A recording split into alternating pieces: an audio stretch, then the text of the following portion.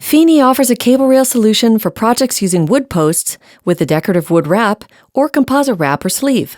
The cable rail fittings will attach to the inside faces of the termination posts. In this video, we'll show you how to install 1/8" cable rail in a STAIR railing frame with composite sleeved 4x4 wood posts using our special Quick Connect pivot fittings.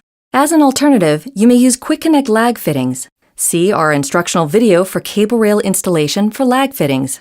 Be sure to check with a composite manufacturer and your contractor to confirm that the frame materials and railing design can support the tension loads of cable rail infill.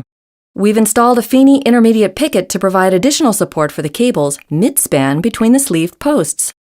We will be using 9 cable assemblies for our STAIR railing. Each finished cable assembly will have a non-adjustable Quick Connect pivot fitting on one end and a Quick Connect pivot tensioner on the other end.